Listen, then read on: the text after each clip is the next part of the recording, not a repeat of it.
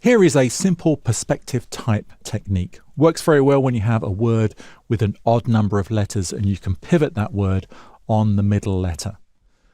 And this is a non-destructive technique. It's live, so we can always change the wording afterwards should we need to do so.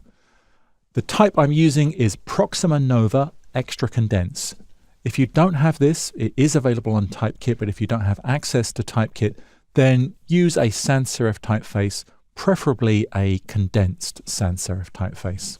So with my type selected, I'm going to come to the Appearance panel. First thing I'm going to do is, with the fill property active, press / to apply no fill to that. And I'm now going to add 2 fills through the Appearance panel. So I'll click on that twice. The top fill will be black and the fill below that will be grey. Returning to the top fill, I'm going to apply a 3D rotate to this. Effect, 3D rotate. For the position, I'm going to change that to isometric right, turn on my preview, and that's what we're going to get.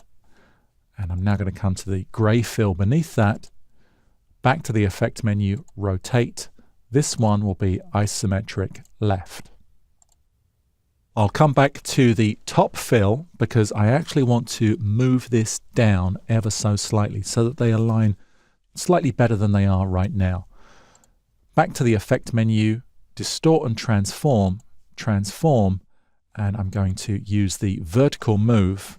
Let me turn on my preview, and I can just click into this field and nudge it. It seems a bit counterintuitive, but I'm increasing the value and that's moving it down. But anyway, there we go. So I'll click OK to that. I now optionally want to add a shadow as well. So I need to add another fill. This fill needs to come down below my 2 existing fills. This is going to have the very light grey color applied to it. I'm going to come to the Effect menu, 3D, rotate. Position will be isometric top. Click OK. Back to the Effect menu, blur, Gaussian blur. I'm going to blur it by 10 pixels. As I did with the top fill, I want to use the transform effect to slightly move the position of the shadow relative to the type. Effect menu, distort and transform. There is some trial and error involved here to get this right, but I want to move it by 25 points horizontally and vertically by about 10 points.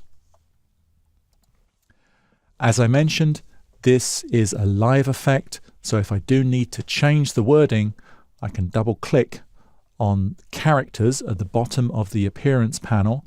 That will select the type, and then I can just type in my new type, and that effect will be applied to it. Optionally, I could also save this as a graphic style.